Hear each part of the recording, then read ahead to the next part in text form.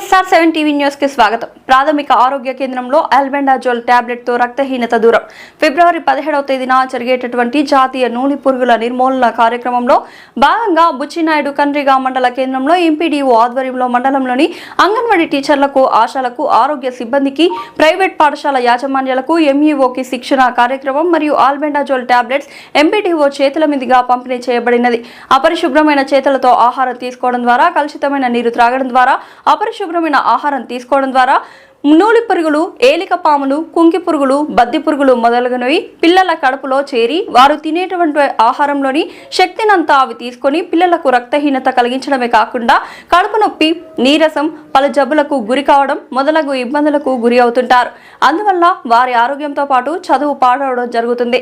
కాబట్టి ప్రభుత్వం వారు ప్రతి 6 నెలలకు ఒకసారి ఈ జాతీయ నూలి పురుగుల నిర్మూలన కార్యక్రమం చేసి 1 సంవత్సరం నుండి 19 సంవత్సరాల వయసు గల పిల్లలందరికీ, అటు ఇంటి దగ్గర ఉన్న పిల్లలకు, అంగన్వాడీలో ఉండే పిల్లలకు, పాఠశాలలో చదివే పిల్లలకు, ప్రైవేట్ కాన్వెంట్లో చదివే పిల్లలకు అందరికీ కూడా ఒకే రోజు ఈ ఆల్బెండాజోల్ టాబ్లెట్స్ ని నమిలి మింగించడం జరుగుతుంది. ఈ కార్యక్రమాలు ఆశాలు, అంగన్వాడీ టీచర్లు, ఏఎన్ఎంలు, ఎంఎల్హెచ్పీలు, పాఠశాల ఉపాధ్యాయులు, ఎంఈఓ, ఎంపీడీఓ, వైద్యాధికారి అందరూ సమిష్టిగా నిర్వహించి ఈ కార్యక్రమాన్ని విజయవంతం చేయడం జరుగుతుందని తెలియజేశారు. SR7 TV channel reporter B Ramachandraiah. విద్యాశాఖ అంటే కూడా వైద్య శాఖ చాలా ఇంపార్టెంట్. ఎందుకంటే ఆరోగ్యం ఉంటేనే కదా మనం ఏదైనా చేయగలము.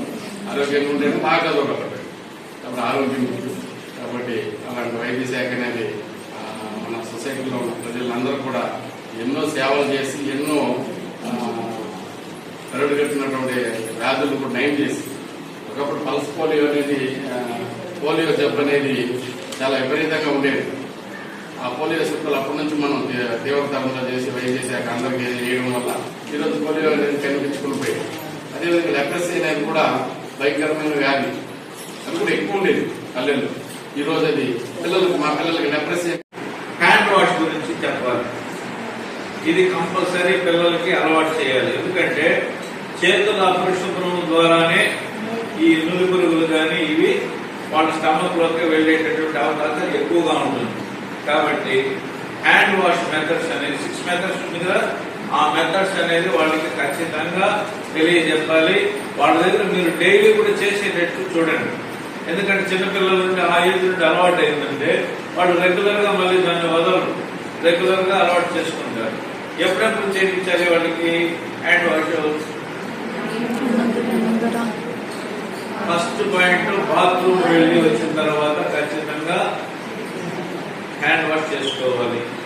భోజనానికి ముందు హ్యాండ్ వాష్ చేసుకోవాలి. మట్టిలో ఆటలాడుకున్న తర్వాత హ్యాండ్ వాష్ చేసుకోవాలి. ఇది వాళ్ళకి కంపల్సరీ చెప్పి ఆ 6 మెథడ్స్ మీరు ఎప్పుడైతే చేపిస్తారో వాళ్ళలో ఈ నూలి పురుగుల అనే బాధ అనేది తగ్గిపోతుంది. నూలి పురుగులు కడుపులో చేస్తే ఏమవుతుంది? కడుపు నొప్పి వస్తూ ఉంటుంది. ప్రాపర్ గా అనేది మన సర్వీస్ టాబ్లెట్లు అనేది ఇవ్వడంలో ముందుగానే కలుపుకోవడం. ఎంతమంది ఒకవేళ మీరు వెళ్ళినప్పుడు 10 మంది ఉంటే దాంట్లో ఒక 7-8 మంది ఉండొచ్చు. ఒకరు ఇద్దరు ఆప్షన్ అయినాలే అని చెప్పి అనుకోకుండా ఆ ఇద్దరికి కూడా మనం 100%. ఈ రోజు నా కేంద్రంలో 33 మంది ఉన్నారు. ఈ 33 మంది చేత, అందరి చేత, ప్రతి ఒక్కరి చేత నేను ఈ టాబ్లెట్ అని మిగిలించాను మంచిది అనేసి మనం ఆ రోజు ఈవినింగ్ ప్రశాంతంగా నిద్రపోయేటట్టు ఉండాలి. తర్వాత ఆ పని చేయడమే కాకుండా మనకి ఎప్పటికప్పటికి ఆన్లైన్ కూడా మనం ఈ రోజు ఏమి చేస్తామనేది కూడా ఆన్లైన్ లో కూడా మనం పొందుపరచాల్సిన అవసరం ఉంది. దీని దగ్గర మీకు యాప్ ఉందా?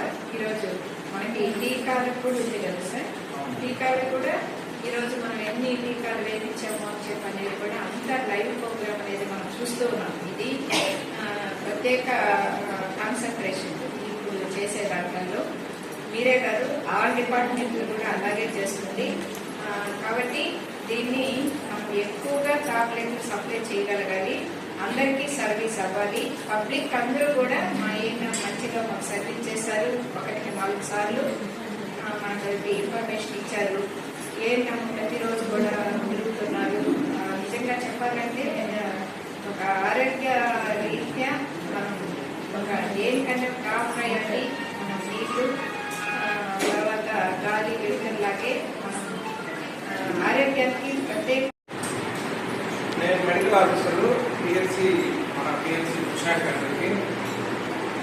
మీరు ఇంకో విషయం ఏంటంటే జగన్ గుర్తుపెట్టుకోవాల్సింది, మందులు ఎత్తుకెళ్తారు కదా, ఇప్పుడు టాబ్లెట్స్ మీరు ఎత్తుకెళ్తారు, వాటిని కొన్ని రోజులు 17వ తేదీ వరకు స్టోరేజ్ చేసుకోవాలి. ఎండ తగలకుండా చూసుకోండి, మాయిశ్చర్ తడి తగలకుండా చూసుకోండి. ఈ రెండు జాగ్రత్తగా చూసుకోండి. తెచ్చి పెట్టి అక్కడ వేస్తే మళ్ళీ అది పాడైపోయింది, చాలా చాలా ఇబ్బందులు వస్తాయి. వాళ్ళు ఇచ్చినప్పుడు కూడా రకరకాల రియాక్షన్స్ వస్తాయి. ఎండ తగలకుండా చూసుకోండి, తడి తగలకుండా చూసుకోండి. ఒక విషయం. ఇంకోటి, మనకి ఈ మధ్య కాలంలో కరోనా తర్వాత ఎక్కువ వృద్ధులకు దగ్గు జలుబు జ్వరం వచ్చేస్తుంది అందరికి. చాలా మంది అట్లా ఉంటారు, దగ్గు జలుబు జ్వరంతో అట్లా ఉన్న వాళ్ళు ఉంటారు.